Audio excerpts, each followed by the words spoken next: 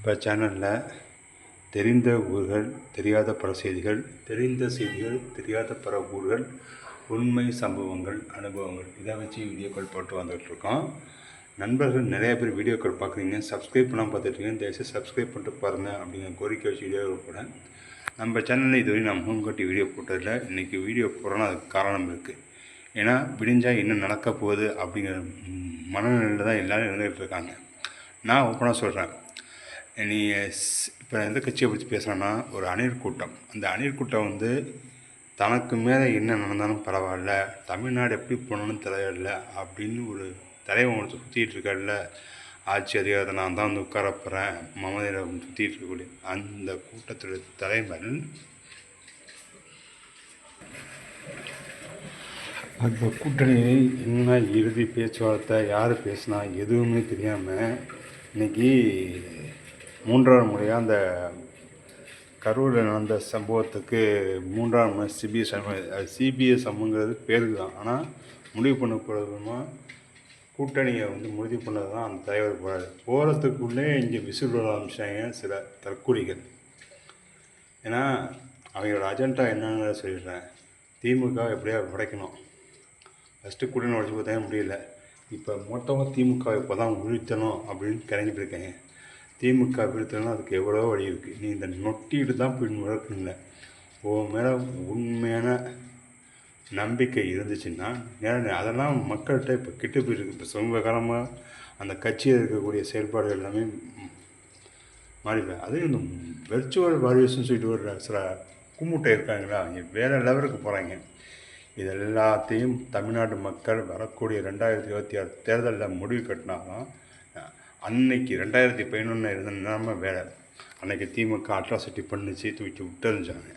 ஆனால் இன்றைக்கி திமுக பண்ணுற அட்ராசிட்டின்னு சொல்லிட்டு இப்போ இந்த அணில் கூட்டம் பண்ணுறது தான் பெரிய அட்ராசிட்டி. அதையும் இந்த ஒரு சில கட்சிகள்லாம் பார்த்திங்கன்னா தமிழ்நாட்டை எப்படியா முடக்கி ஆகணும்னு கங்கணம் கட்டி தெரிகிறது முக்கியமான ஒரு ஒன்றியத்தில் ஒரு கட்சி இருக்குது.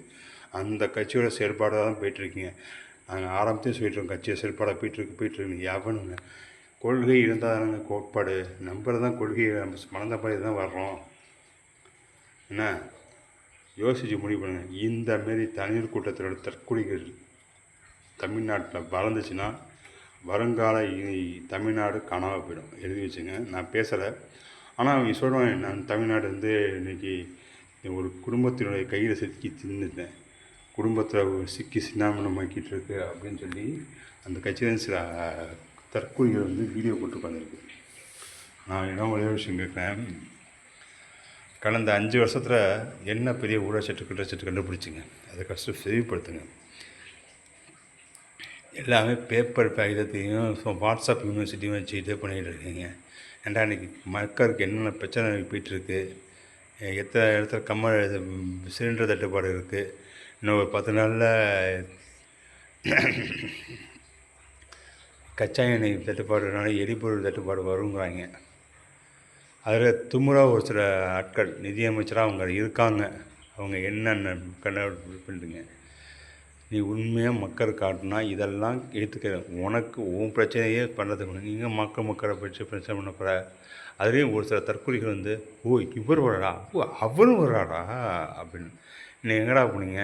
கொள்கை கோட்பாடு 2011 இருந்த நிலைமை வேறு, இப்போ 2026 இருக்கிற நிலைமை வேறு. 2011 2006 திமுக சில குற்றச்சாட்டுலாம் பண்ணி அடி தட்டி வெட்டு குத்து எங்கே பார்த்தா கலவரம் இருந்துச்சு. அதனால் ஆட்சியை மாட்டுறாங்க. அது மட்டும் காரணங்க, 2008 அமல்படுத்தின கடுமையான மீன் வெட்டு ஆட்சி மாற்றத்துக்கு ஒரு வழியை பார்த்துச்சு. இன்னும் சில பேர் ஈரப்பிரிதெல்லாம் பேசுனாங்க, அதெல்லாம் பேசுகிறாங்க. தமிழ்நாட்டில் இருக்கக்கூடிய அத்தியாவசிய கரண்ட்டு மின்சாரம் இந்த ஆட்சி எப்படா முடியும்னு சொல்லிட்டு தெரிஞ்சுக்கிட்டு இருந்தாங்க. ஆனால் இன்றைக்கி நிலமை தமிழ்நாட்டில் பல எதிர்கட்சிகளாக ஒன்றா சேர்ந்து திமுக வீழ்த்தலாம். ஏன்னா ஒட்டுமொத்த யானை அடிக்கிறது தனியான ஒரு இரும்பாட முடியாது. ஒட்டுமொத்த ஒரு விலங்கத்தில் விலங்கு காட்டில் இருக்கக்கூடிய மிருகங்கள்லாம் ஒன்றா சேர்ந்தால் தான் சிங்கத்தை நிறுத்த முடியும். அந்த சிங்க நிலைமையில தான் இப்போ இருக்கக்கூடிய ஆளுங்கட்சி இருக்குது. ஆளுங்கட்சி கருத்தாறு பண்ண முடியும். அவங்க தப்பு பண்ணாங்க, அதுக்கான தலைவர் எடுக்க முடியல.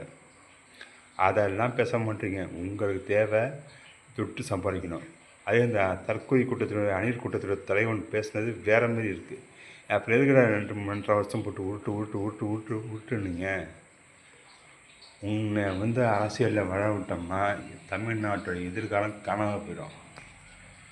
ஏன்னா கூட இருக்க துரோகியை கூட எதிரியை கூட மன்னிச்சலாம், எனக்கு எதிரியாக இருப்பான், அவன்கிட்ட கொஞ்சம் எச்சரிக்கணும். கூடவே இருந்து துரோகியாக போனீங்கன்னா உன்னை மாரி ஒரு சுயநலவாதி, உன்னை மாரி பச்சை வந்து தமிழ்நாடு பார்க்குற